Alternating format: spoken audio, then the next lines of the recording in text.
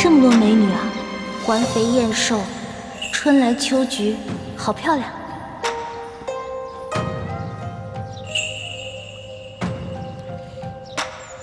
皇上，妾身祝您万寿无疆，福寿安康。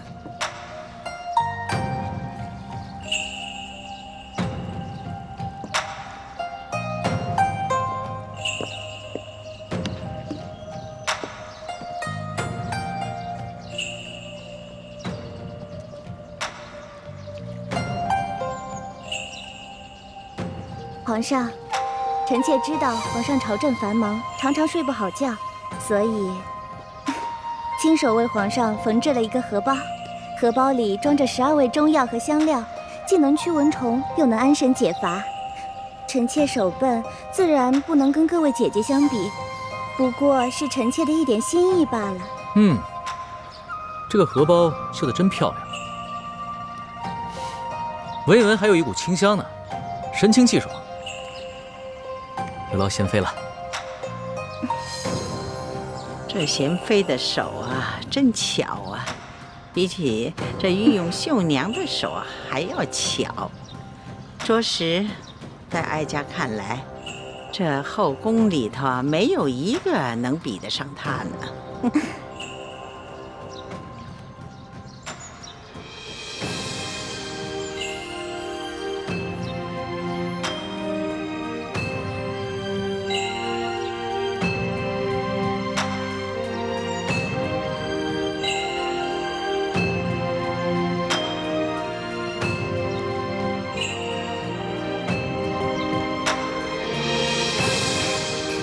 臣妾听说皇上从山西微服私访回来后，念念不忘当地的面食，所以呀，臣妾就派人打听了做法，亲手为皇上煮了这碗长寿面，还请皇上尝尝。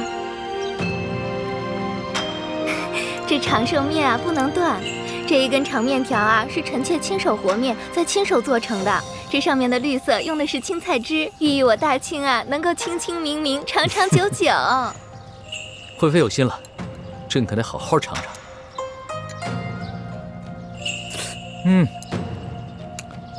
惠妃好手艺啊！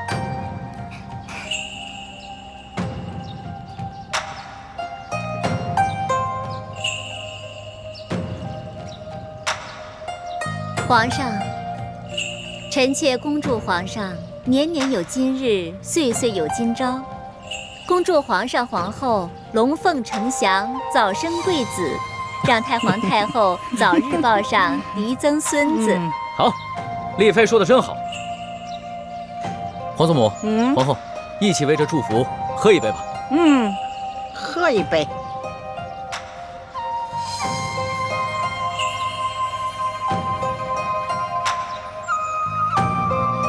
皇上，您不是有一个笔墨诗书姑娘？听说您一刻也离不开她，怎么今日这么大的日子，不让她来一同庆生啊？皇后说的是李欢吧？这个李欢啊，不过是一个小小的笔墨诗书，平常伺候朕的时候呢，比寻常的宫女伶俐一些罢了。如此隆重的场合，她岂有资格出席啊？这打理后宫啊，可不比管理朝廷简单的。首先要紧的是要有平衡之术，这后宫要是着了火呀，皇上可就麻烦了。皇祖母，孙儿年少，还请皇祖母多多提点。那是。朱后妃，陪着朕还有皇后、太皇太后一起喝一杯吧。来。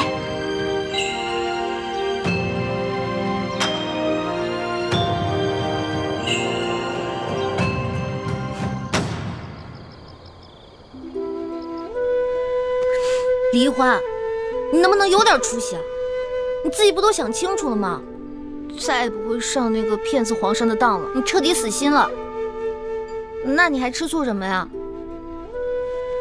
你要记住，这个世界上只有你的猪哥哥是对你最好的。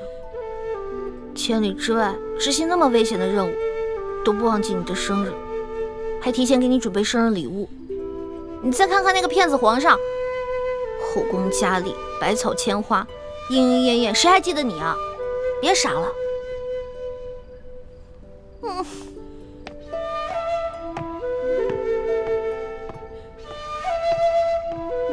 易欢姑娘，叔父，你怎么来了？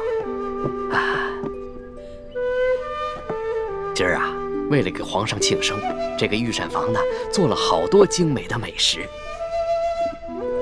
我呀，特地选了几样特别好的，拿给你尝尝鲜儿。啊，叔父，这些都是皇上让您给我送过来的吗？皇上？啊，不是，是我啊。我觉得你平时啊爱吃好吃的，所以啊，我就特地拿过来给你尝一尝，也算是我这当叔父的一点心意。叔父，你等一下啊。啊？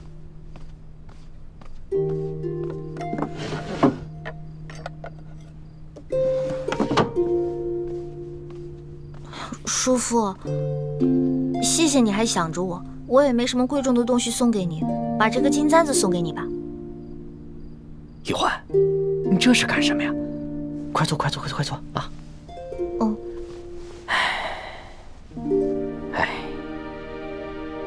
叔父是个太监，这金银珠宝呢是叔父最大的爱好。可是不管叔父怎么贪心，那也不能开自家亲人的油吧？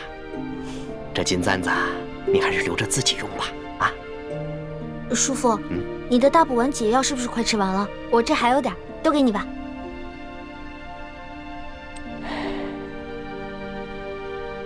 易欢，这每个月都服一颗大补丸的解药，这也太麻烦了。你问问剑清，他能不能研制出一次就彻底解除大补丸之毒的解药呢？叔父不想认我们这些亲人，还让我转告你，不要再去打扰他。他不想被我们所累。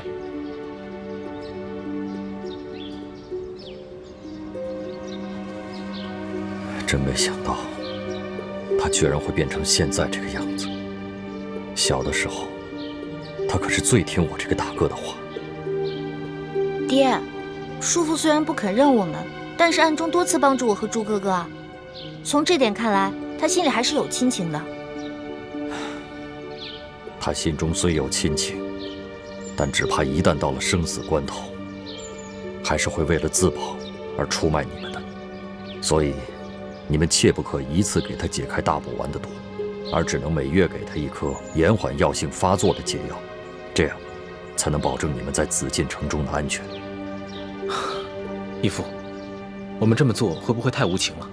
他好歹是你的亲弟弟，我们的叔父，而且在暗中帮助我们那么多次。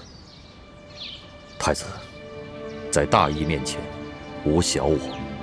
德父在宫中生活了30多年，早已习惯了尔虞我诈，习惯了损人利己。他心中虽然对你我残存了一点血脉亲情，但经受不住生死考验的。你跟易欢身份特殊，而我是朱明联盟的盟主。我要保证你们绝对安全。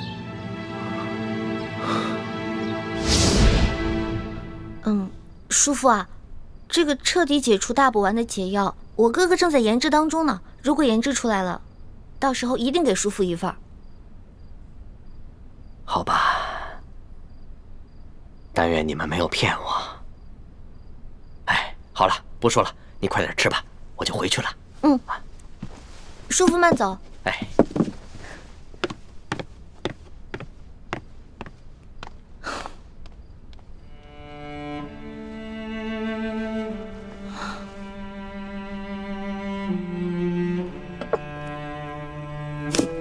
易欢啊，连你的叔父都记得今天是你生日，还给你带了这么多美食。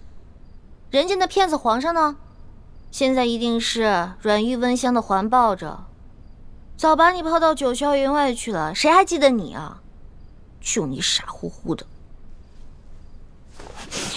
骗子皇上，骗子皇上，他就是个骗子皇上，他就是个大骗子，大骗子，大骗子。你就是个骗子！骗子皇上哟，背着朕偷嘴呢。皇上吉祥。行了，这里又没有外人，别装了。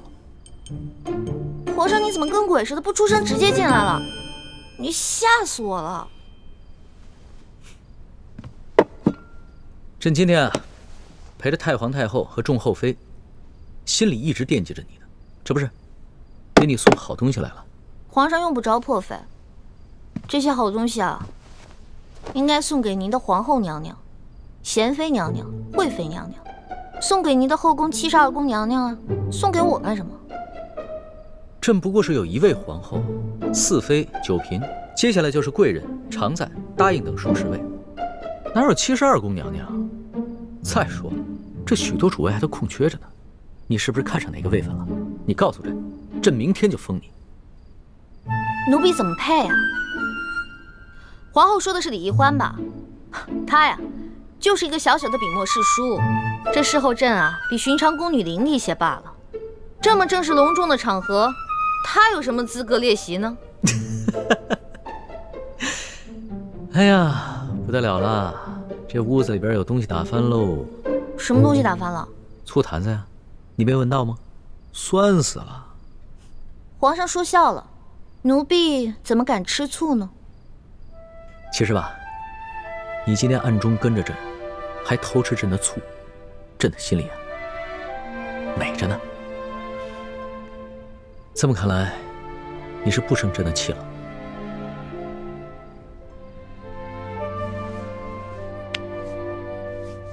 老大，别生小弟的气了。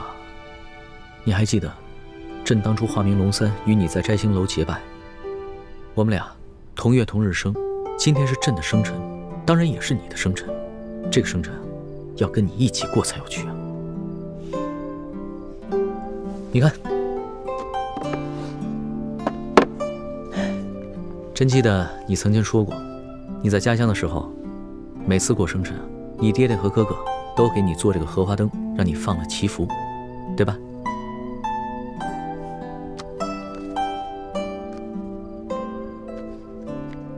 原来我说的每一句话，皇上你都记得呀？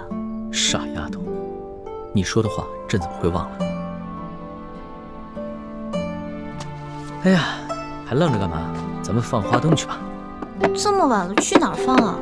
走吧。哎，去哪儿啊？走。慢点儿。哎，啊，先许个愿啊。冷小弟，今天也是你的生日，你也许个愿吧。好，那你先许。嗯。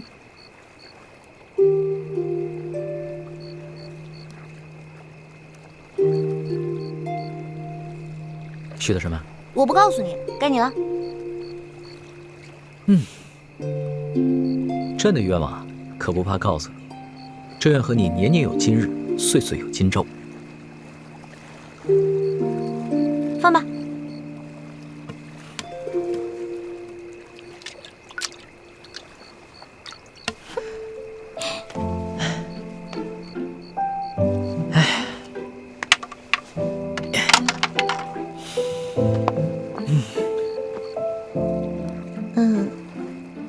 龙小弟，其实今天我也给你准备了个礼物，不过我手太慢了，只绣了一半，另外一半还没绣完呢。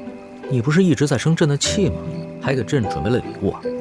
本来是想好好给你准备的，结果今天看到你的后宫嫔妃都给你准备了那么多的珍奇异宝，尤其是那个贤妃，绣了那么好的荷包给你，我这个……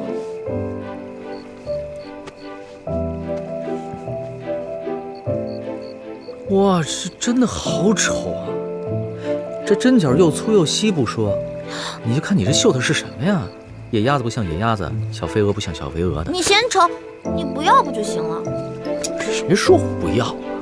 这虽然是我收到的最丑的荷包，但也是市场最珍贵的一个孤品。老大，这是你第一次做女工吧？还说呢，人家的手指都快扎成筛子了。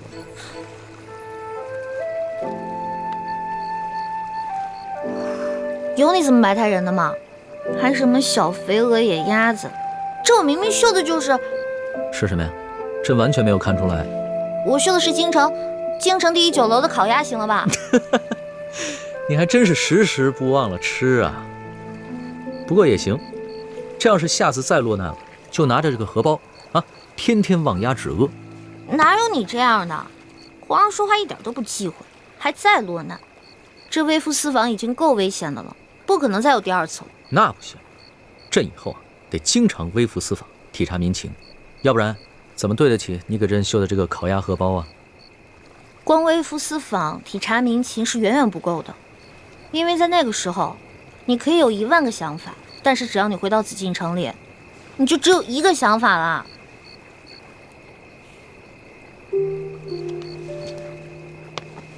老大，朕知道这次的事情让你一定对朕很失望，但是朕也是迫不得已。朕若是把那些贪官污吏全都给杀了，朕这个皇帝不但地位不保，恐怕连小命都没了。那不是一个明君作为，而是一个匹夫在逞一时血勇。朝政之事啊，不能急，得从长计议。你要相信朕，给朕3年，3年之内，朕一定把那些榜上有名的贪官污吏全都收拾干净。你说的是真的？3年之后，要是没有做到的话，你再怎么生朕的气，朕都无话可说。终于笑了。好了，把这个荷包拿回去，等到你绣好了，一定要给朕，朕会好好收藏着。嗯。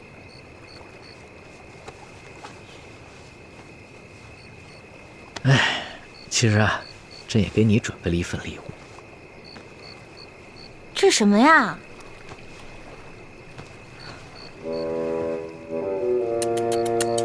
哎呦，丑死了！这眼睛，目露凶光，嘴唇这么薄，一看就是个薄情寡人。哟，难看死了！你还真是一点亏都不肯吃啊！朕刚刚埋汰你几句，立马就还回来了。我这怎么是埋汰你啊？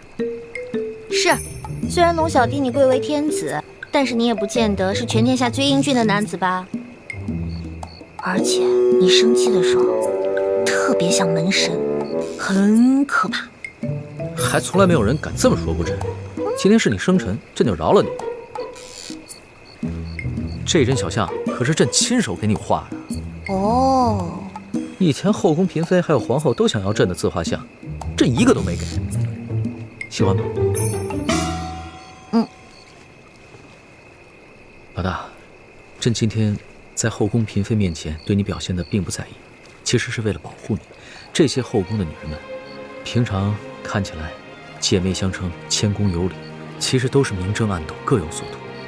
朕喜欢你，就是因为你心思单纯，和他们都不一样。朕不想因为朕的偏爱给你树敌招祸。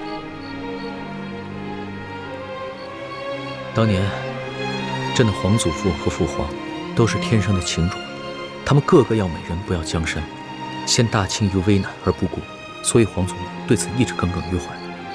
他最忌讳皇帝专宠，朕要顾及皇祖母的想法，就不能在众人面前表现出对你的偏爱，这也是对你的一种保护，你明白吗？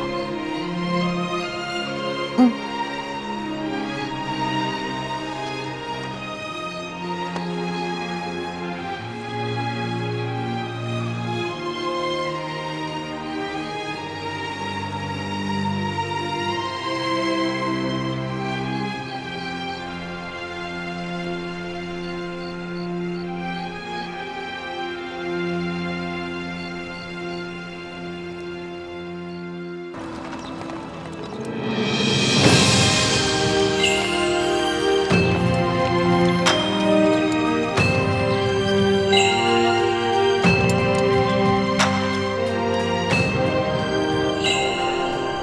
左土，奴才在。山西巡抚刘德昭一案办得怎么样了？回皇上的话，刘德昭贪赃枉法，罪行累累。他不但私自侵吞朝廷的赈灾粮款，还圈地占地，危害一方。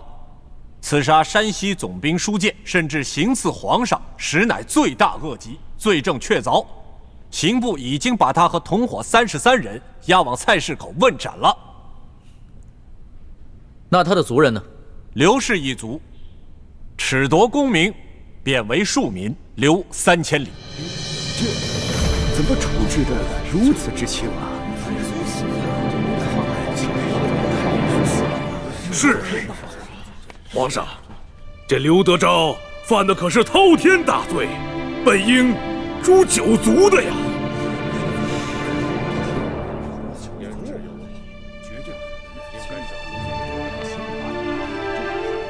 一律，刘德昭是当诛九族，但是朕念及太皇太后年事已高，并不想多造杀孽，以便为太皇太后积福。皇上以仁孝治天下，乃天下之表率。皇上圣明，皇上圣明。退朝，所徒留下。这退朝。吾皇万岁万岁万万岁！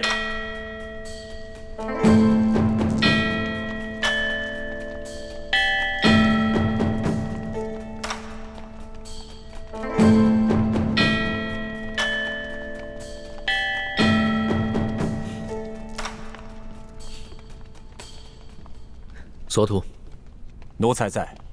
这回刑部量刑，为何如此之轻？回皇上的话，这刘德昭罪大恶极，就算是诛他9族都不为过。可是皇上旨意说，其余族人从轻，切不可累及无辜，所以刑部以为圣意如此，所以就将其轻判，只是将他们刘氏一族褫夺功名，贬为庶民，流放3000里。朕下的旨。是啊，皇上，难道您忘了那天在御书房，您拟的旨，然后侍书姑娘亲手交到奴才手里的？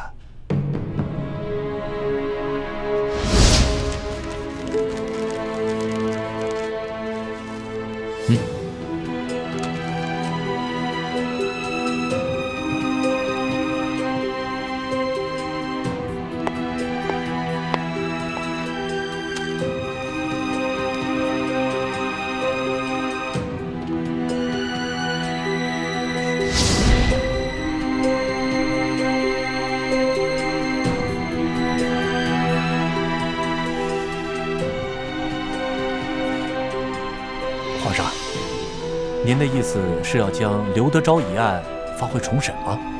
不必了，刘德昭和他的同党都已经砍头了，这事儿就这么盖棺定论了。你先跪安吧。这。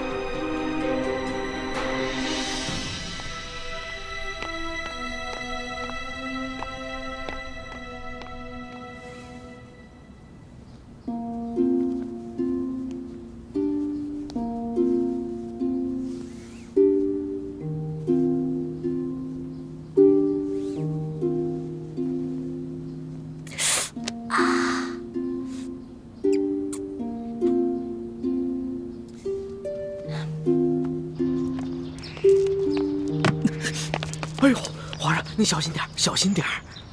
谁把门槛垫这么高的？赶紧给人削平了！这，小德子还不去传公家，快！再不削平，朕削了你的脑袋！这，皇上息怒，皇上息怒。糟了，难道东窗事发了？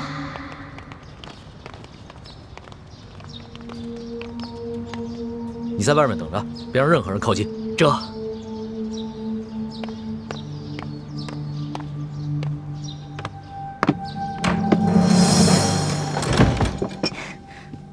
龙小弟下早朝了，喝点茶吧。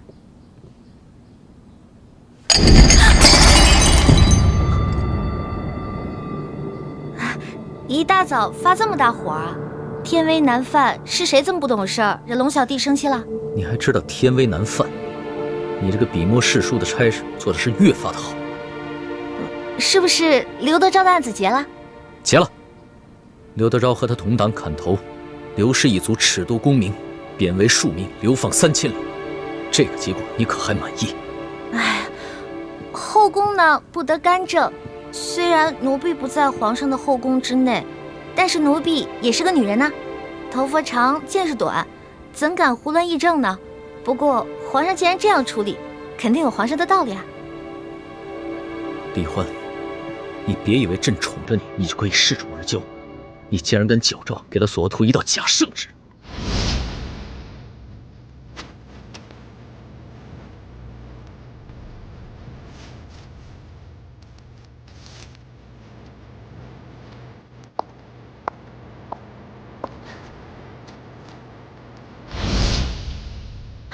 我就知道奴婢这点江湖小把戏肯定瞒不了英明的皇上啦。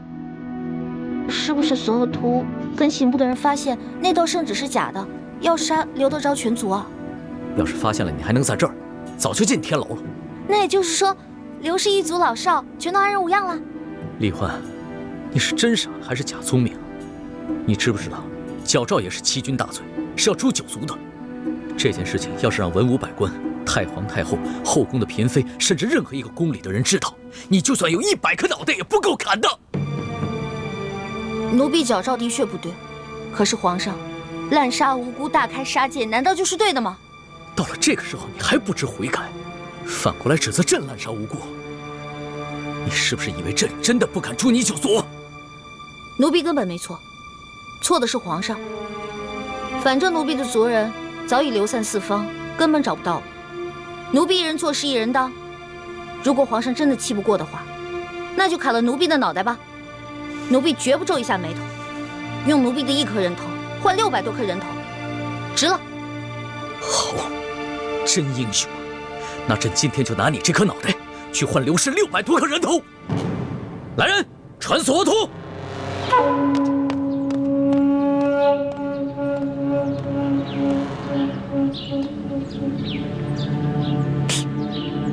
出了什么事儿了？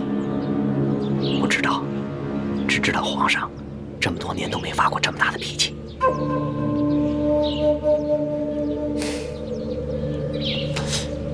是不是因为世淑姑娘？除了她，谁还有这么大的胆子？是索额图到了吗？还不快给朕滚进来！这。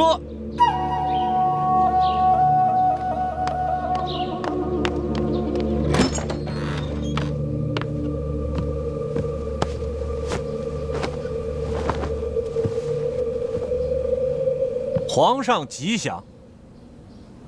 索额图，把李欢推出午门斩了。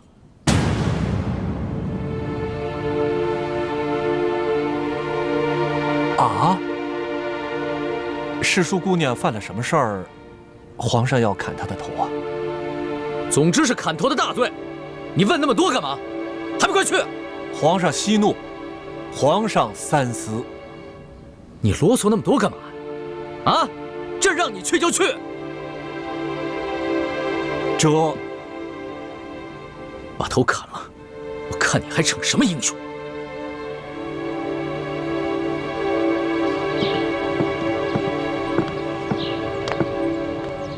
走吧，世淑姑娘。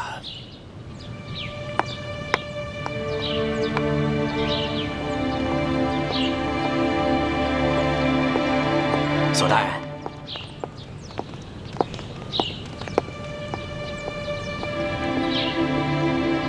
皇上真的要处斩世淑姑娘？皇上是这么吩咐的。皇上虽然是这么吩咐的，但是咱家斗胆建议索大人，暂缓行刑。索大人也是聪明之人，应该明白咱家的意思。行了，多谢李公公了，你说的我心里都有数。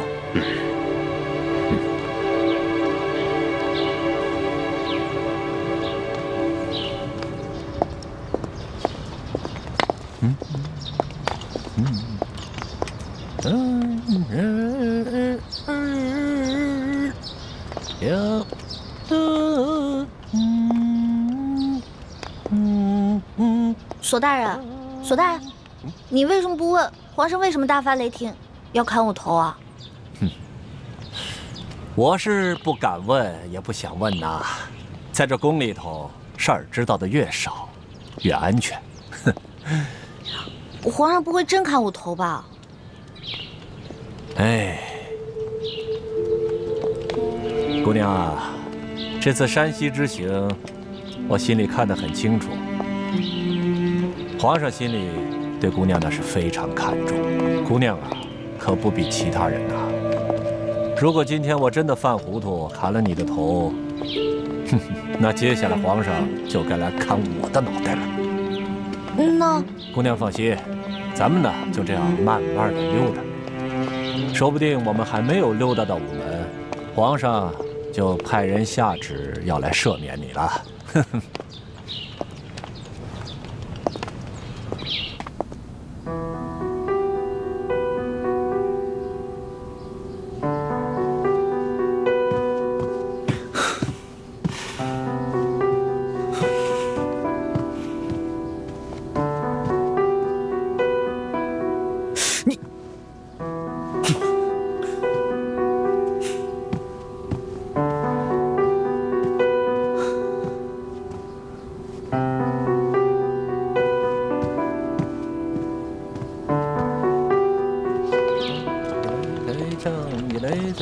索大人，前面就是午门了，这皇上万一还不派人来赦免我怎么办啊？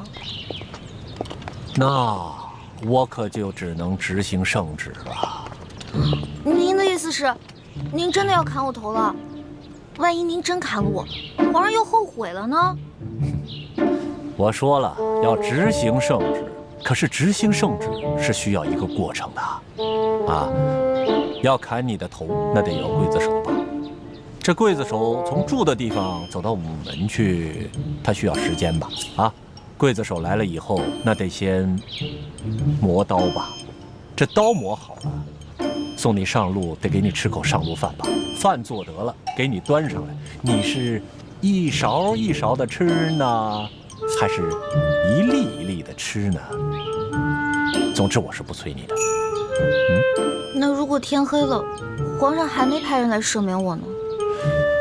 哎，这天黑了，皇上还没有派人来赦免你，但是他也没派人来催问，那咱们就还有办法可想啊。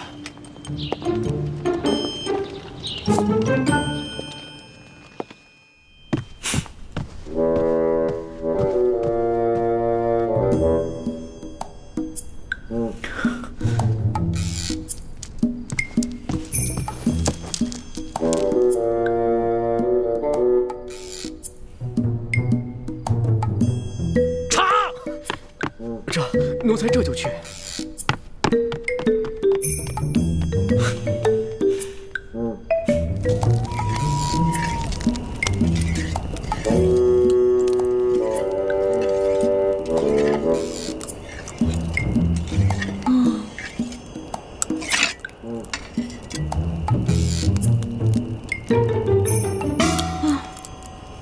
这刀都磨了一下午了，会不会磨断了呀？没关系啊，这把刀磨坏，咱们换一把刀，接着磨呀。来，快吃吃，啊，嘿嘿嘿，多吃点。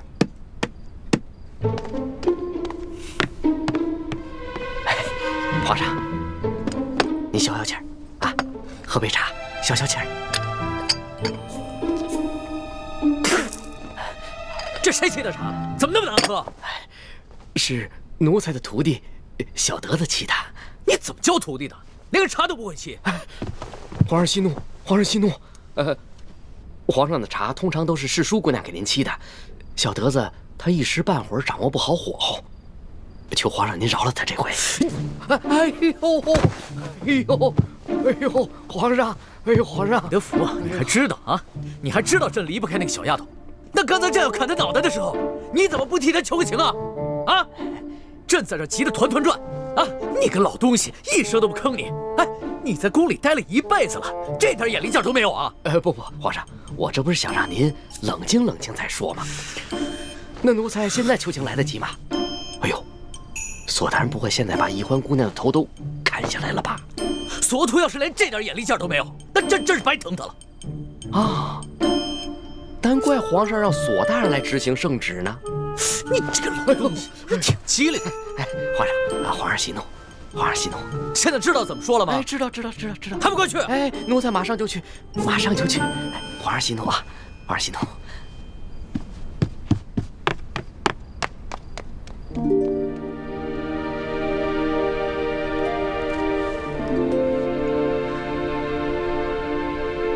长进倒是不少，这面的针脚好多了。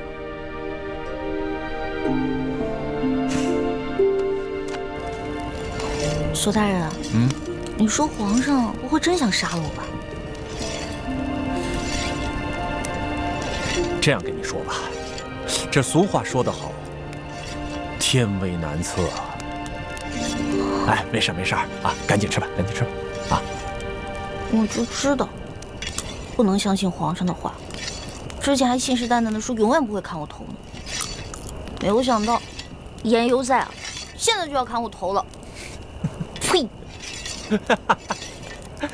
哎，索大人，喏，说着人来了。索大人，哎，李公公啊，皇上有旨，把李易欢带回永乐斋。哦，这样啊，好，那奴才遵旨。李公公，皇上不生我气了？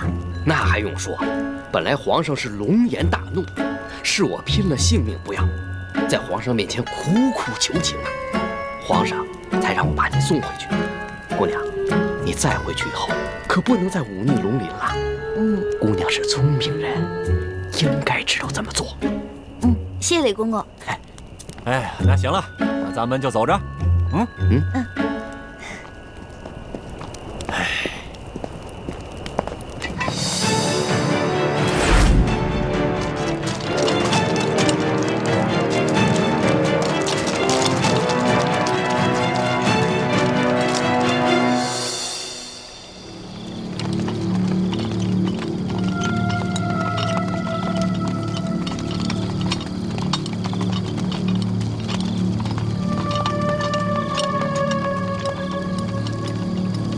离约定的时间还有半炷香，不知道孩子们得没得手。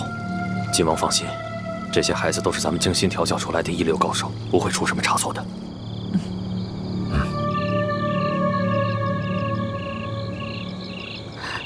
武师傅，你扮起平西王侧妃，简直惟妙惟肖。这世上除了缺胳膊少腿的残疾，就没有你武师傅扮演不了的人。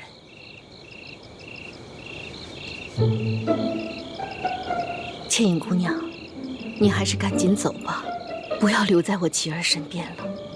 若是被人发觉了，不仅会连累了我琪儿，还会伤害了姑娘的性命。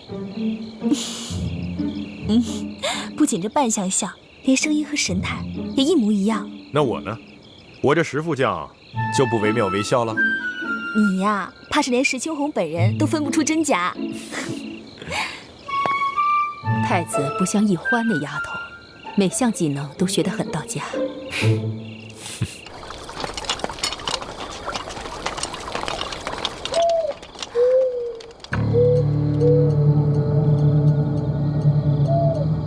王妃，石将军，叶师弟已经得手了，咱们可以出去了。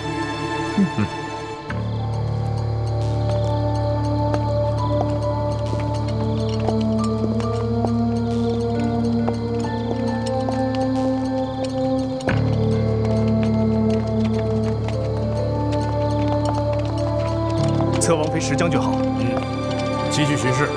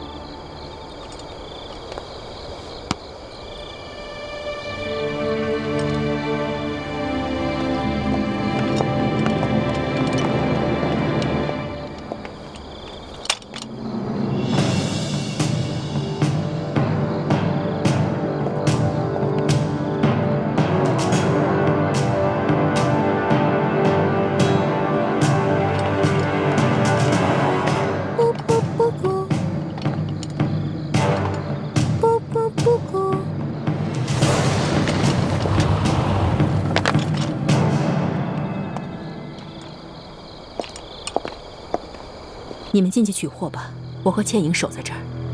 好，多加小心。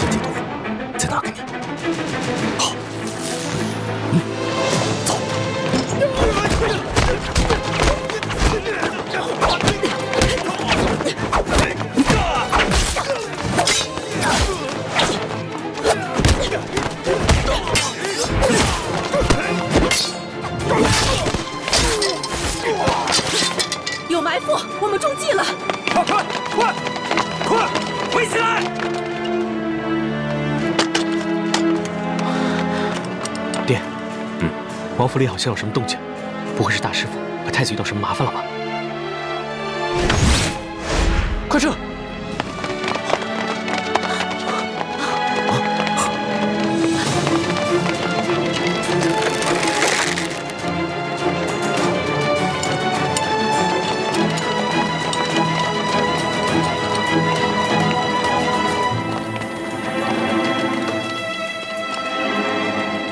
现在已经没动静了，可能碰到巡夜的了，已经解决了。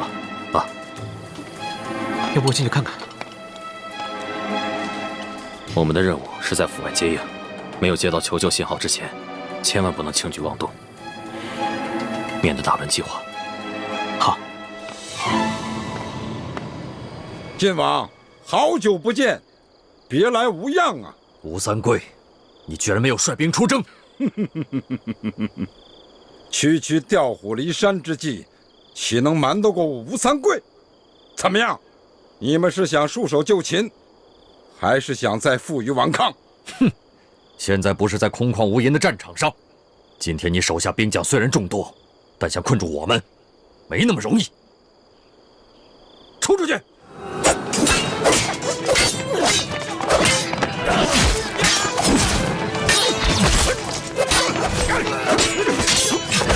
放箭！只许射腿脚，本王要抓活的。是。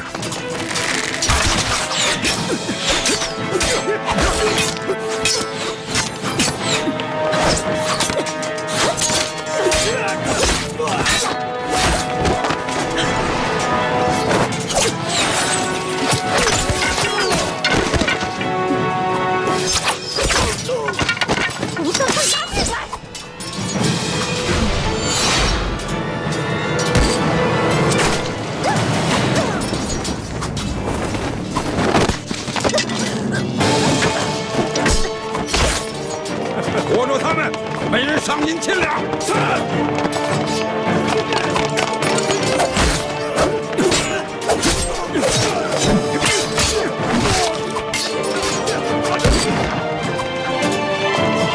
都给我住手！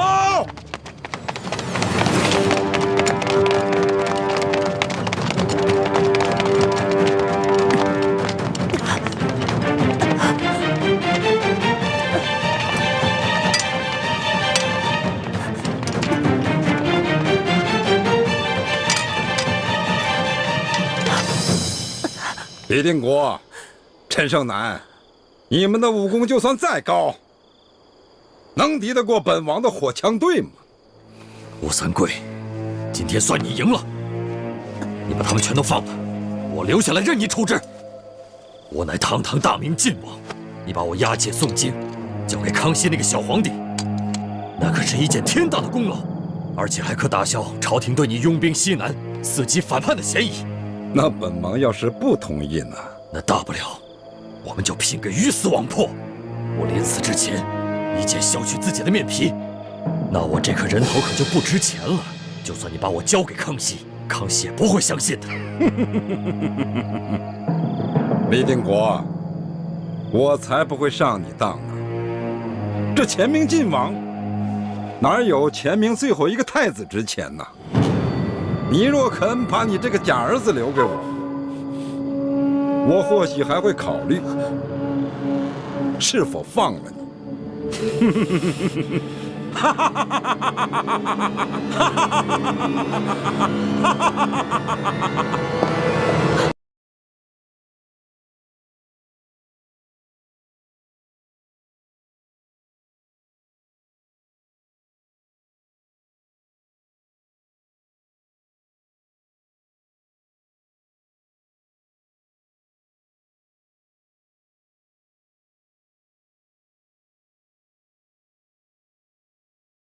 你们可看清楚，这可是真的平西王侧妃，不是我们的人假扮的。爱妃，王爷，救我！李定国，你这个猪狗不如的东西，你竟敢挟持本王爱妃！你们若敢动秦氏一根毫毛，尔等一个也休想活着离开这平西王府！吴三桂，17年前，我李定国亲手射杀了我的爱妻，更亲手射了我刚出生的女儿一箭。我犯下了人伦大罪，天下人人都可啐我李定国的脸，都可以骂我李定国一声猪狗不如，唯独你吴三桂没有这个资格，因为你引狼入室，屠戮同胞，你是我大明王朝的千古罪人。李定国，我不与你逞口舌之力，你快快放了我爱妃！吴三桂，你有种也学学我李定国猪狗不如，今天你也一箭射杀你的女人，这样我们这些大明遗臣就被斩草除根了。你以为我不敢？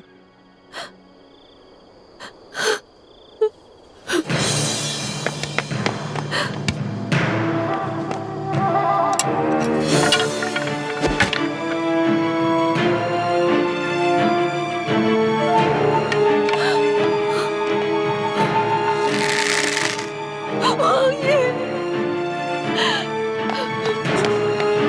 住手！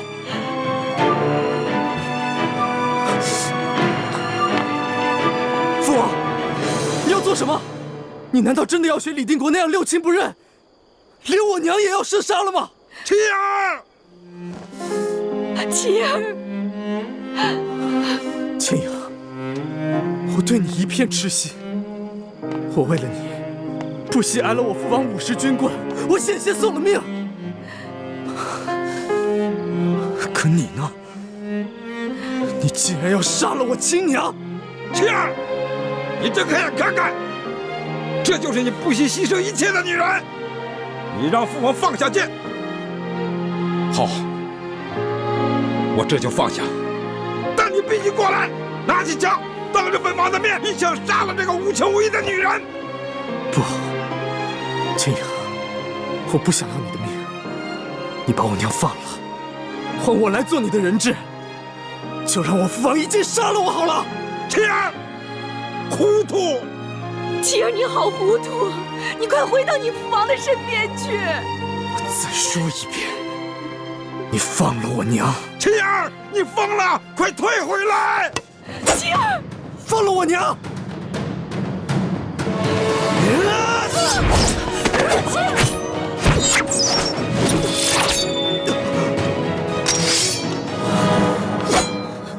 吴应钦，放了我女儿！放了我娘！爹，娘，女儿有一事相瞒。我和应钦一见钟情，虽然彼此有缘无分，但却在心中默许了终身。我不得已劫持你娘，我愿拿我的命来赔。不，千英，你犯糊涂啊！千英，我不要你的命，我只要你放了我娘，我也把你放了，我们一命换一命。琪儿，我爹不可能放了你娘，否则我们所有人都活不了。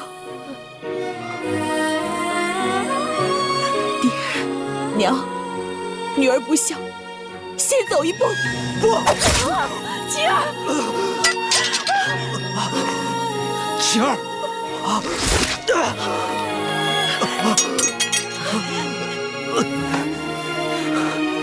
你放了我娘！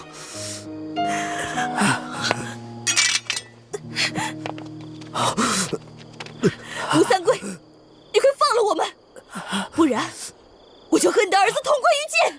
王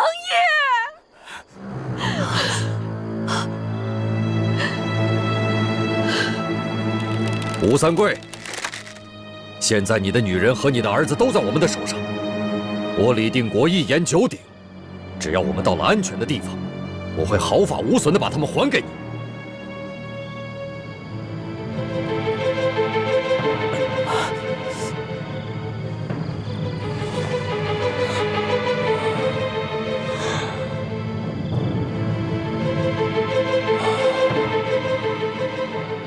让他们走。王爷，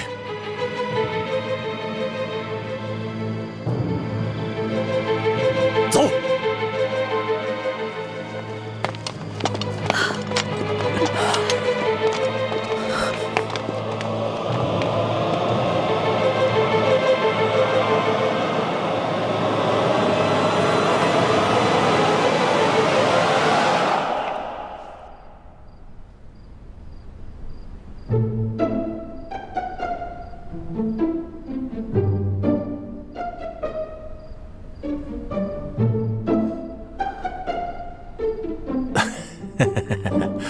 皇上，世淑姑娘这一路上都悔恨不已啊，她恨不能要以死谢罪。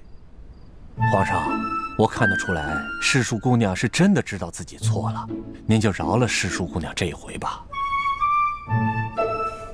既然她已经知道错了，那朕就先留下她这颗脑袋。皇上圣明。你们都先下去吧。朕要好好亲自审问他。这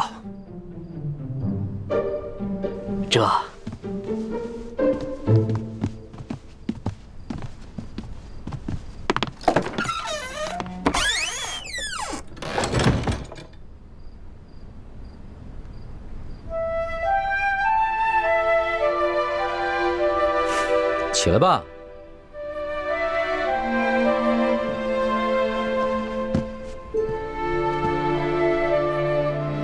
李欢，你可知罪？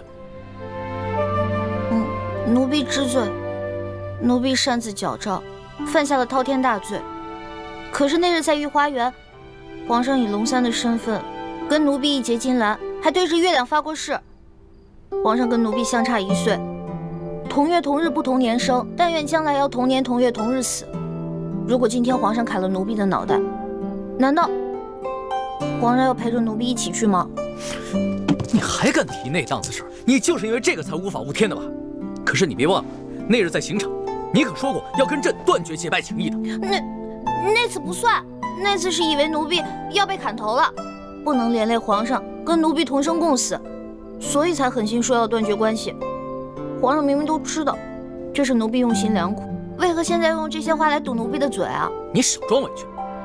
刚才一副豪气冲天，要偷一颗要命一条的样子，现在在这儿装什么怂包呢？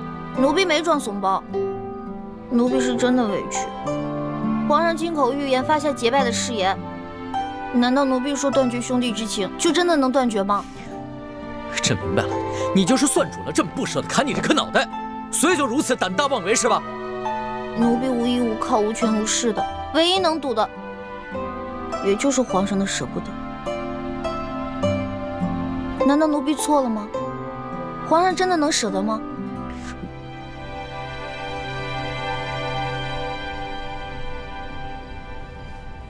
皇上，您还记得我们第一次相见时候的情景吗？人们都说朝廷无道，民不聊生，可为何京城是如此的繁华呀？让开，让开，都让开，让一让，让开！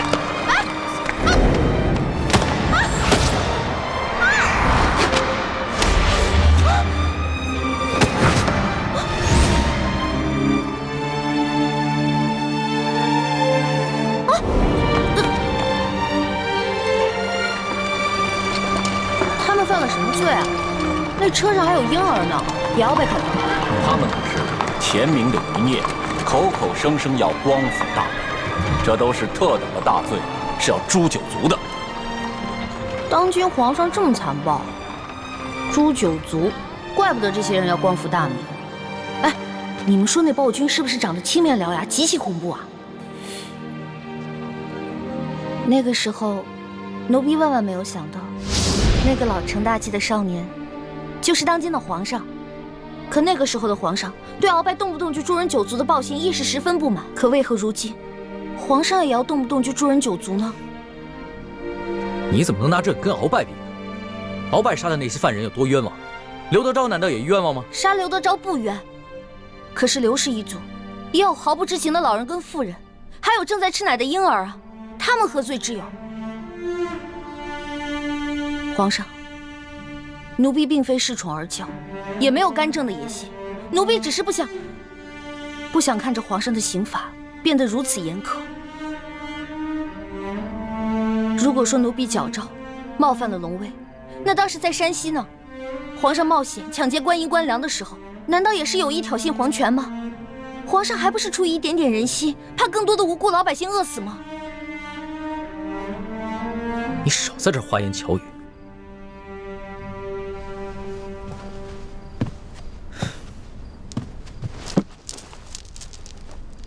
朕今日虽然不杀你，但是必须要罚你，要不然指不定日后你还会闯下什么了不得的大祸。来人啊！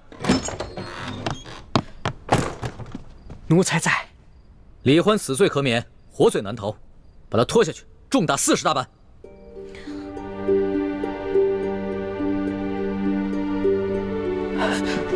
皇上，世淑姑娘好不容易才九死一生逃了回来，她的脚伤刚刚好。世淑姑娘身子弱，这40大板她可经受不起啊！求皇上开恩，饶了世淑姑娘吧。老东西，这会儿你知道求情了？你会错圣意了，还不快去！这……慢着！皇上，您还有何吩咐？不用把人拖到掌心太监那儿，让人把板子拿到永乐斋来。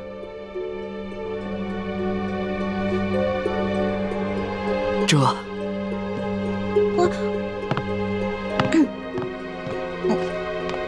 皇上，你真的要打奴婢40大板啊？要不然呢？那日奴婢不知天高地厚的打了皇上一巴掌，太皇太后要罚奴婢手板，当时还是皇上跟奴婢一起作弊，逃过了惩罚。难道今天皇上真的要惩罚奴婢吗？朕上一次就不应该帮你，你若是受过一次罚，只怕就会懂得收敛，也不会犯下今日这等大罪。好，只要能让皇上出气，奴婢愿意受罚。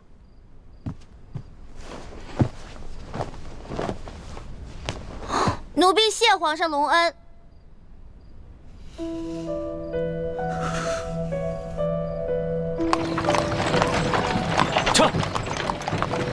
上！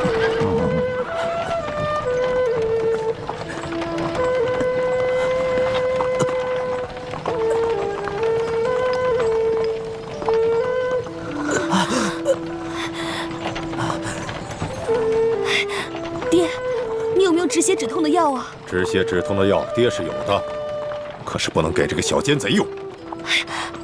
爹，可是他是为了女儿才受的伤啊！那是他活该。癞蛤蟆想吃天鹅肉，跟他爹一样色迷心窍。娘，你相公，晋王答应吴三桂，要保证他们母子平安的。晋王只是说要保他毫发无损，并没有说要帮他治伤止痛。爹，怎么了？我恨不得他的血流干而死，可惜啊，小伤死不了。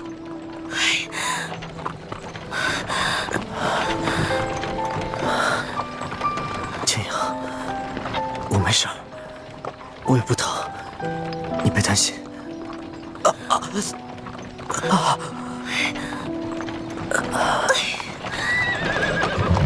撤！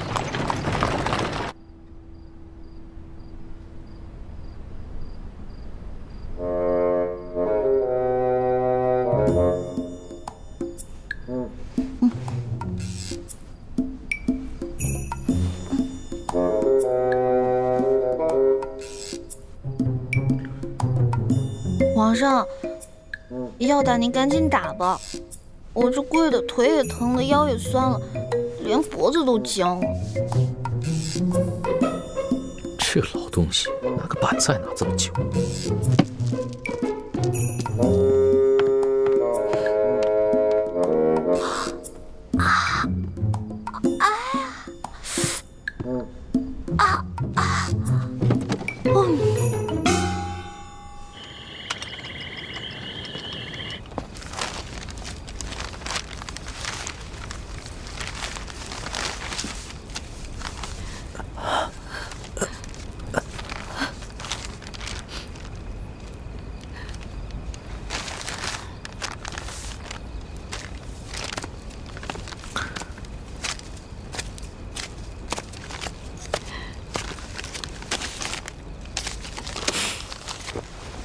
千莹，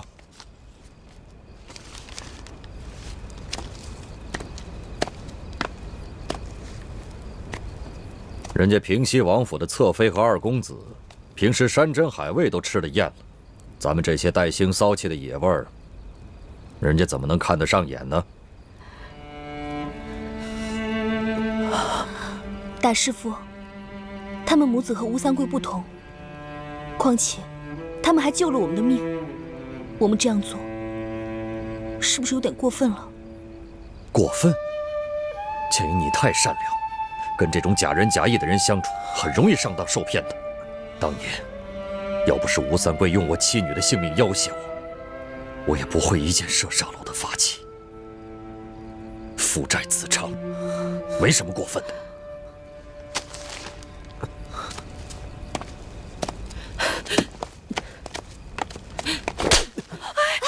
吴师傅，你这是干什么？倩影，你难道忘了吗？你吴师傅全家老小是怎么死的？是吴三桂认贼作父，引清军入关，他们全死在清军手里。现在我打他儿子几下，难道过分吗？儿子！师傅，求你们不要再打我儿子，要打就打我吧。我叶明章，向来不打女人，但是你儿子我就没办法了。谁让他是吴三桂的儿子？那好。你骂吴三桂一句是畜生，是禽兽，是大汉奸，我就不打你。骂呀，骂吴三桂！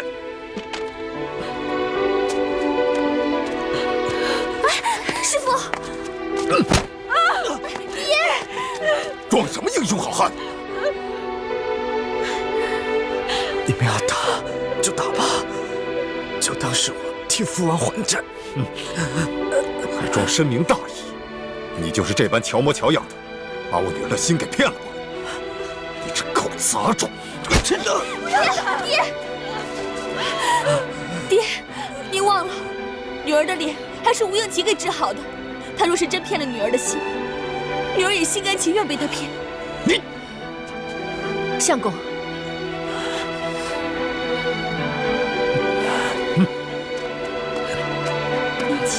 到底骂还是不骂？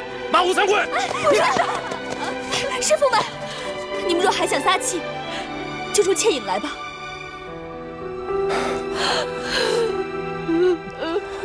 四师傅、吴师傅，咱们辛苦了半夜，先吃点东西休息一会儿吧，保留一点体力。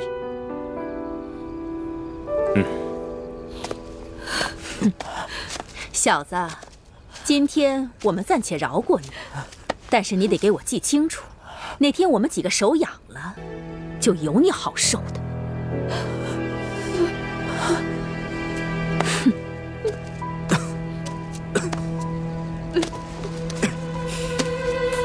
我们大家吃饭吧。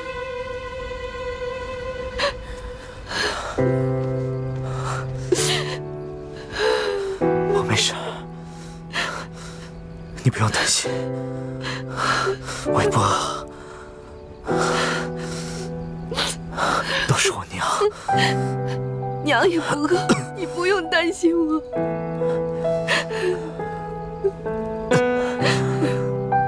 快回去吃吧。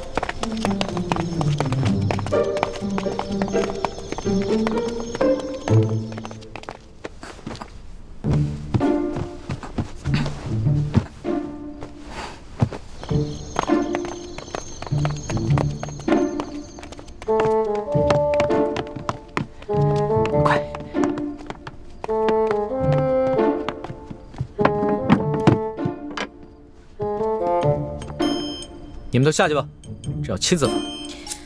这。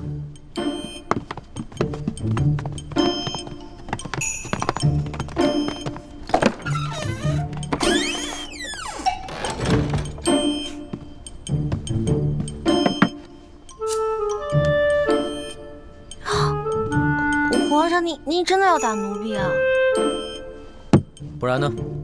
这一次要是再不罚你的话，你都要上房揭瓦了。君无戏言，这是你自己说过的。过来，趴下。好吧，不就挨几下板子吗？打就打。哎呀，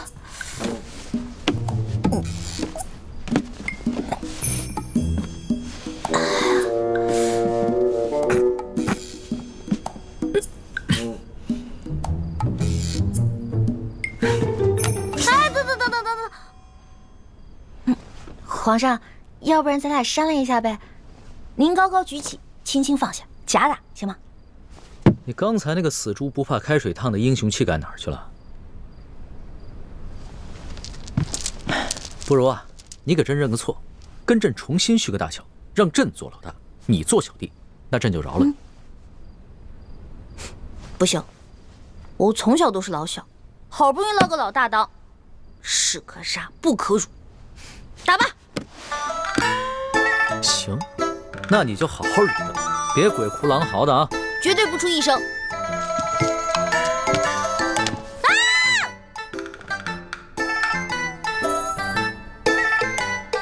我真打了。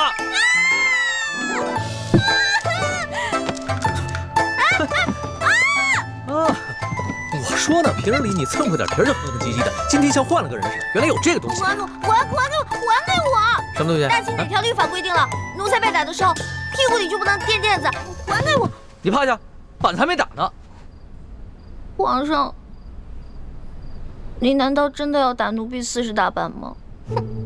皇上，您看您这板子这么大，你要是真在我屁股上打，那我屁股不得开花了？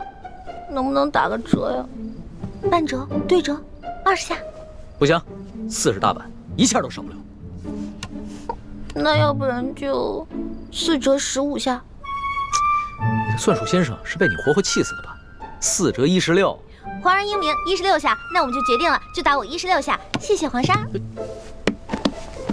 到了这个时候，你还想给朕下套啊？我告诉你，40大板一下都少不了。哎，等一下，又怎么了？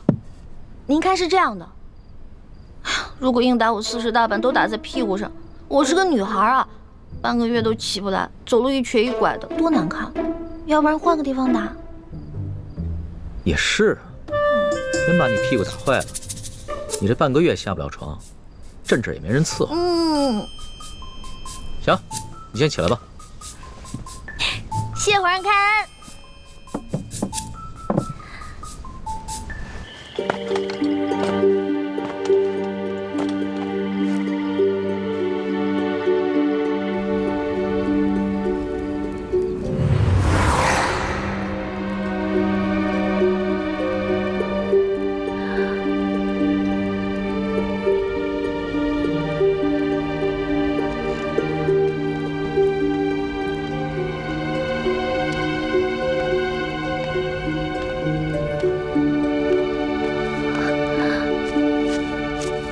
英奇，秦影，你要干什么？上次你放了我，这次我也要放了你和你娘。不可以，这次的情况和之前的都不同，我父王一定不会善罢甘休的。你若是真的把我们母子给放了，不光是你，甚至连你的父母都会有危险的。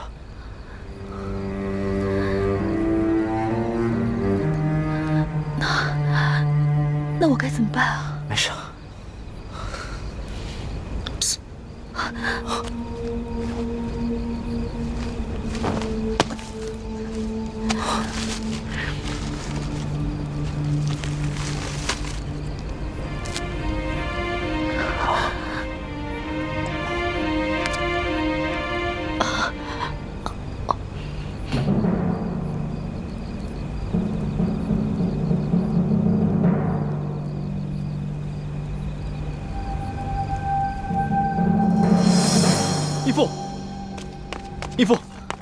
义父，诸位师傅，吴三桂追过来了。怎么办？我们逃吗？逃不是办法，在这云南境内，我们只会被他们追得精疲力尽，最后结果还是一样。那以太子之意呢？我们手上有人质，而且今晚吴三桂明明可以全歼我们，却下令手下留住活口，说明我们对他还有价值。我们可以跟他谈判。很好，太子遇事不慌，处置得当。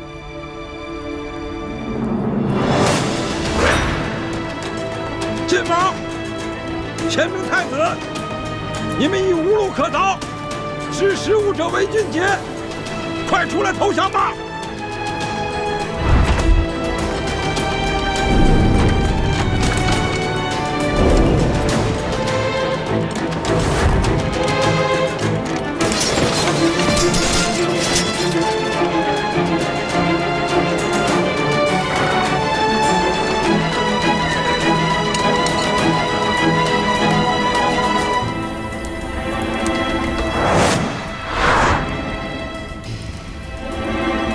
吴三桂，不讲信用！你若是敢强攻，我就杀了你的妃子和儿子！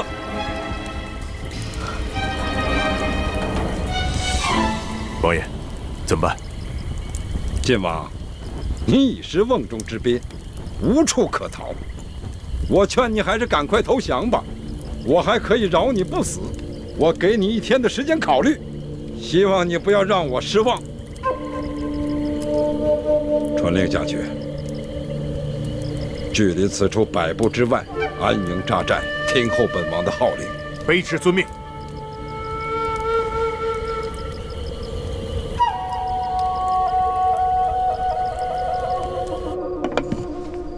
这个屁股打不了，手总打得了吧？把手伸出来。皇上，你干嘛呀？又要打我呀？行了，别废话，把手伸出来。我不。右手要做事，左手，快！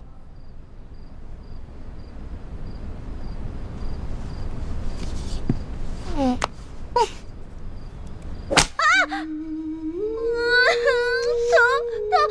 死我了！你可是真英雄啊，这声音都传到紫禁城外面去了。奴婢是假英雄，真怂包。如果皇上行的话，你试试，你不叫我就服你。这个时候你还敢跟朕顶嘴？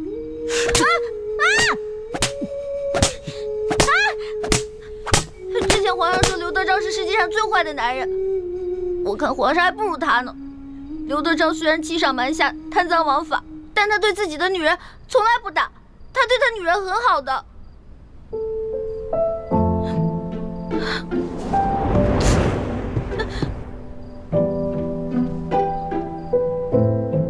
你又不是朕的女人，为什么这样护着你？还是说，你愿意做朕的女人？说你愿意做朕的女人。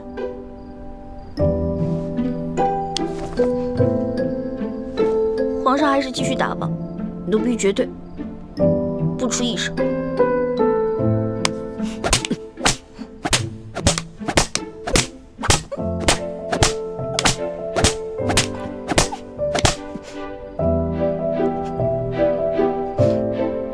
要哭就哭出来，别憋着，装什么英雄？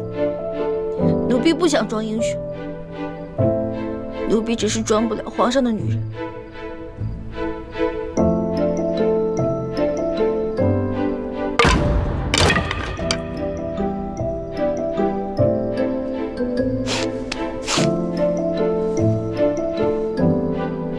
皇上，您这是不打了呀，还是改日再打呀？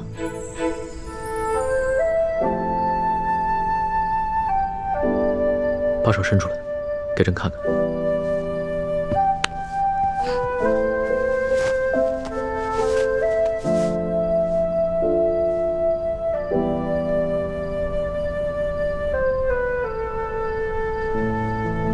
怎么这么娇气？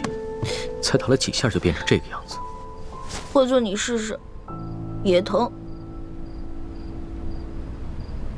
老大，不是朕想打你。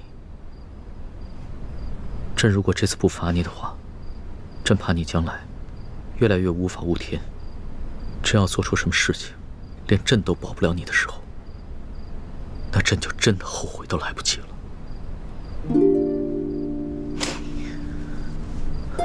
可能这次真的是打中了。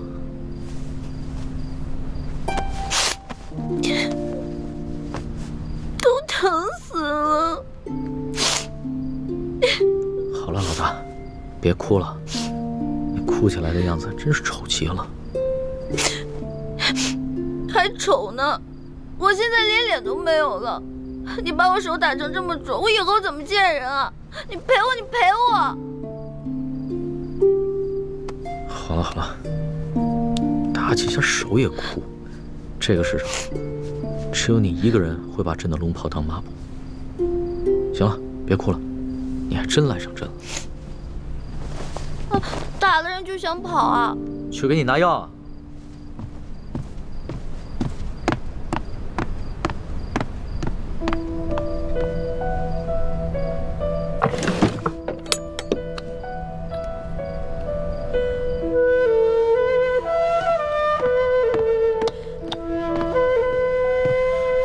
把手伸出来。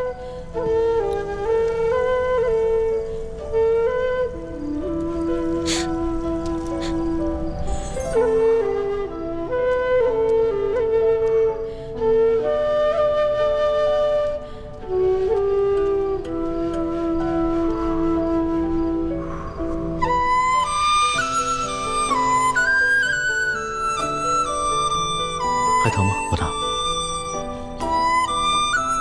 你这样看着我干什么？我看你长得丑。怎么样，好点了吗？好疼。老大就是打了几下手板，朕的心里有数。别撒娇了啊！不是手疼，是头好疼。哎，老大，老大，老大，老大，老大，太医，快传太医！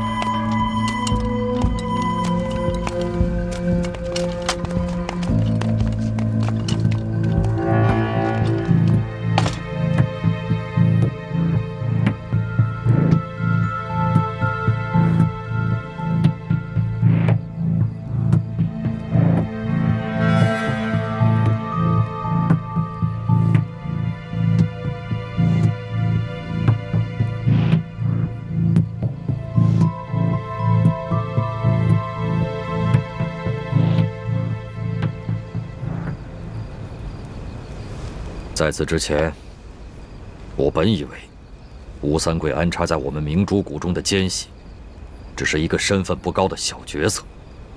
但如今看来，吴三桂不仅知道我儿子李建清就是大明王朝最后一个太子朱慈轩的机密，而且还对我等来到滇都以后的行动了如指掌。这就说明，这个内奸不仅仅已经进入了我们明珠谷的核心层，更在我们在座的9个人中间。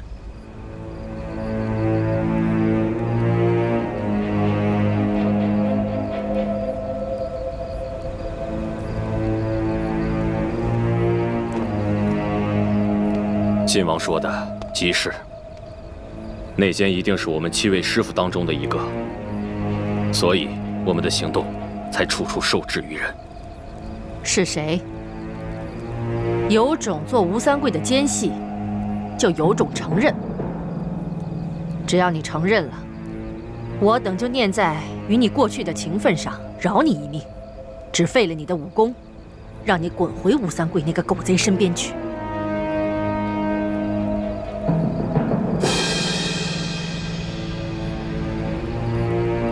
靖王，你心中可有怀疑对象？如果有的话，就直接说出来，免得大家互相猜疑，影响团结。现在大敌当前，我等必须团结一致，不可再闹内讧。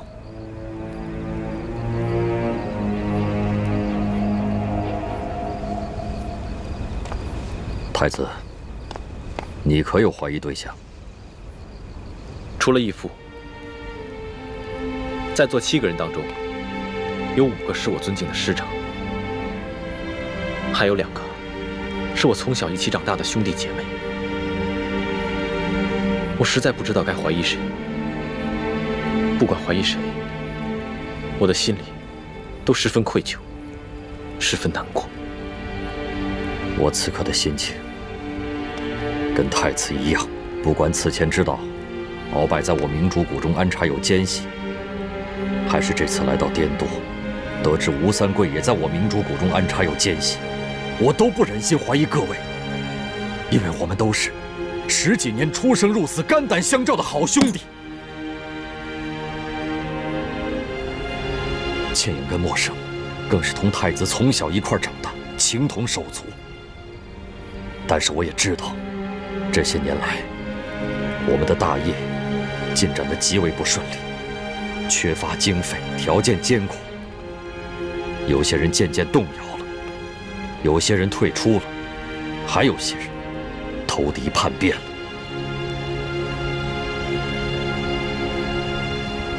义父，内奸要传递消息给吴三桂，必然要避开我们所有人单独行动。我们只需要核对所有人来到滇都之后的具体行踪，彼此印证，仔细分析。就算内奸隐藏的再好，也会露出蛛丝马迹。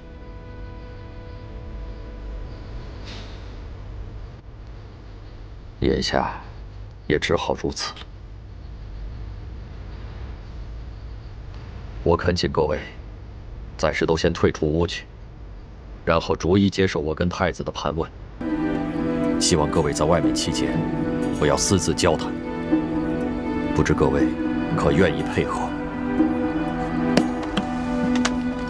我等愿意配合晋王与太子的盘问，以查出内奸。有劳各位了。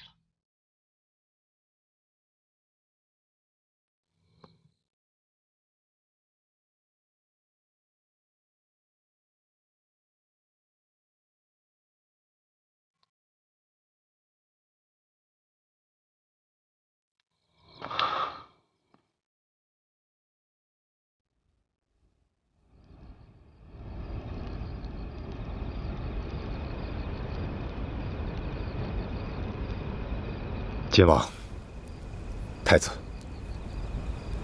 眼下光复大明的大业，虽然进行得十分艰巨，而且很多人都开始动摇了，可是我们夫妇俩意志坚定，一心一意，只想光复大明，所以我们夫妇俩宁死都不会投降清廷，更不会被吴三桂这个大奸贼所利用。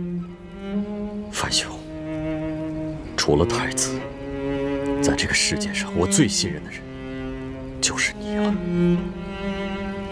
当年我亲手射杀了我的发妻，是樊兄你冒死闯入了战场，把奕欢救出来。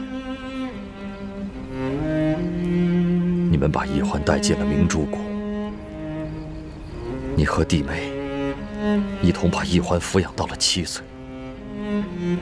奕欢7岁之后，我虽然也到了明珠谷，可是我大半时间都在外奔波，没有尽到一个做父亲的责任。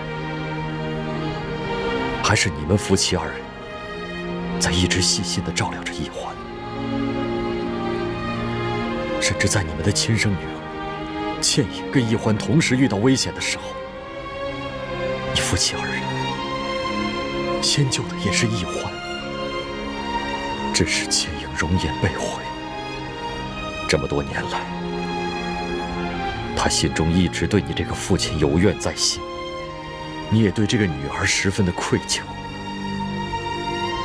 而我也对你夫妻二人深感愧疚。义父说的是，二师父、三师父，你们为光复大明的大业鞠躬尽瘁，死而后已。你们和义父一样，都是我最信任的人。多谢太子，还有晋王对我们夫妇的信任。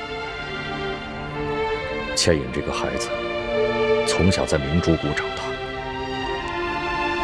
他不可能是内奸，但他对吴应琪情根深重，他容颜被毁，是他这辈子最大的隐痛，但却被吴应琪给治好了，而吴应琪又为他被父亲责打了50军棍，这很可能是吴氏父子使的苦肉计。倩影很可能中计，无意当中被吴应琪套了话。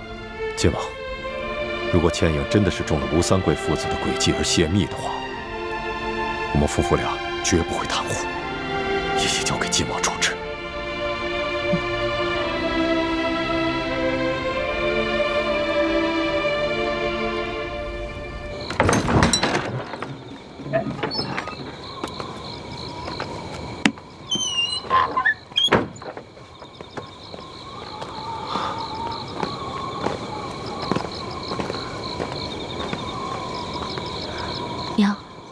倩影，晋王跟太子叫你进去，不管什么事，你都要如实回答。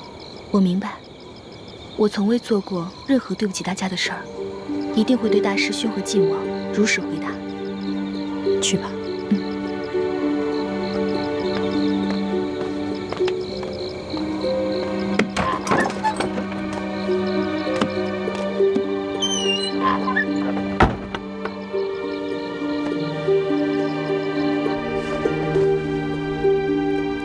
大师父，大师兄，我虽身不由己，对吴应琪动了真心，但绝不至于傻到出卖我们朱明联盟的机密。而且，吴英奇对我也是真心的。在他为我挨吴三棍军棍之时，并不知道我会去而复返，也不知道你们会来滇都盗取金钥匙。如果他对我不是真心的，那今晚我们也绝不可能将他结为人质的。樊师妹，你快起来！我跟义父也是公事公办，例行盘问，万不可如此。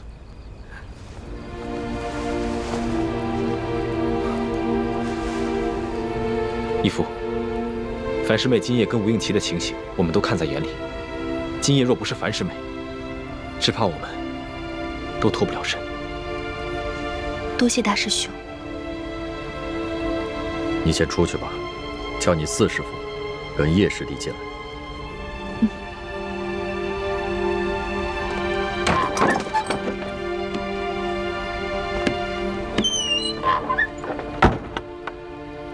义父，我相信樊师妹。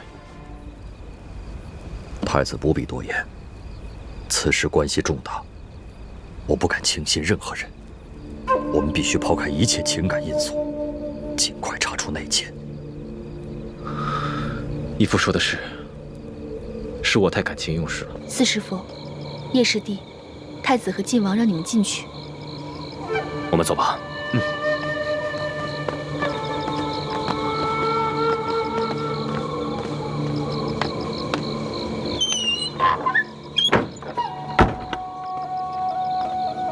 娘，还好吧？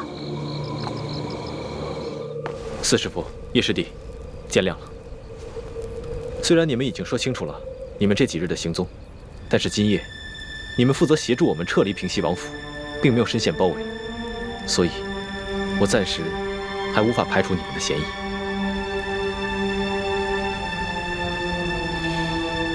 我们父子愿意接受晋王和太子进一步盘查，全力配合。多谢四师傅体谅，那就有劳二位先出去，帮我们叫武师傅进来。好。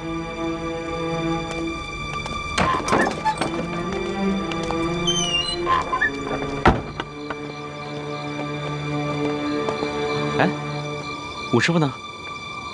该他进去了。他在庙外的茅房小姐，我先进去吧。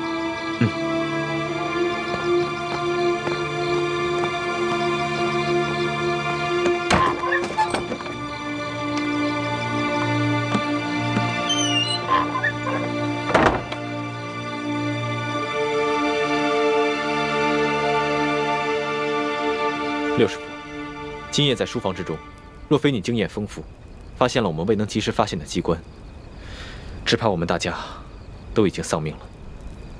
我本来不该怀疑你的，但此次滇都行动，你归队最晚，行踪也最为自由，所以你还是有嫌疑。我归队最晚的原因，是因为我去追杀裘贵。如果让裘贵找到舒婉心，那么倾城的身份就会暴露。好，那就麻烦六师傅把到滇都后的具体行踪都详细告诉我跟义父吧。好。那日我与你们会合之后，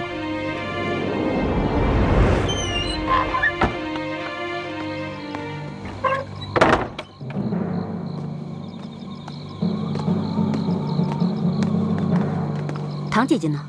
你不是说小姐去了，现在还没回来呢？哎呀，身为女人就是可怜，想方便都不能方便。若有来世，我一定投身为男人，坚决不再做女人了。唐姐姐，请吧。哦，记住关门哦。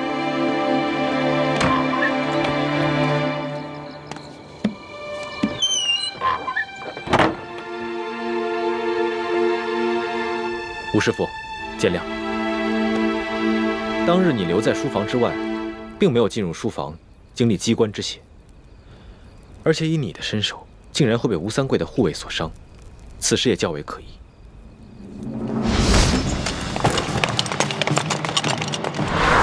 有埋伏，快撤！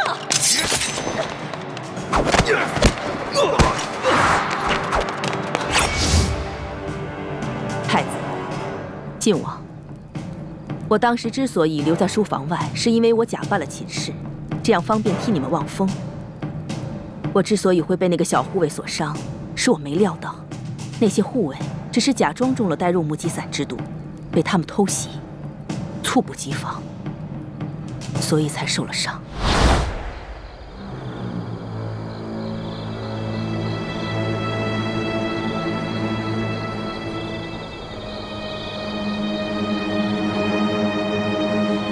倩影，我怎么觉得有什么不对劲？远处好像隐隐有响动。吴师傅，您留在这儿，我去瞧瞧。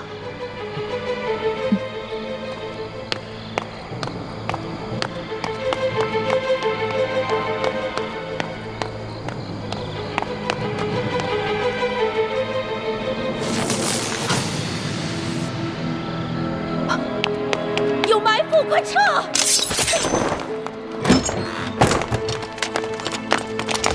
当时给那些护卫下呆肉目击散之毒的是倩影和默生。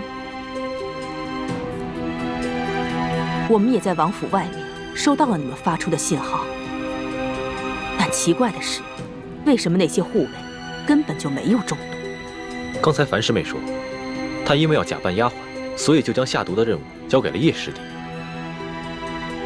刚刚默生也说过，他把倩影给他的毒下到了护卫们的茶中，是他亲眼看到护卫把茶喝下去，但他也不知道为什么护卫们没有中毒。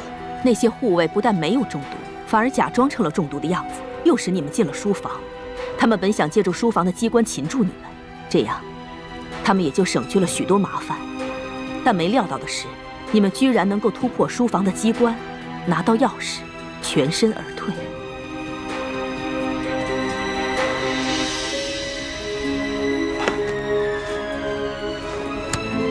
可惜，这把金钥匙也是一把假钥匙，而且上面还进了毒。要不是樊离发现了钥匙上面的毒，我们所有的人都离不开平西王府。这里面一定有人撒了谎。如果默生没有撒谎，那么倩影交给默生的呆若木鸡伞就是假药。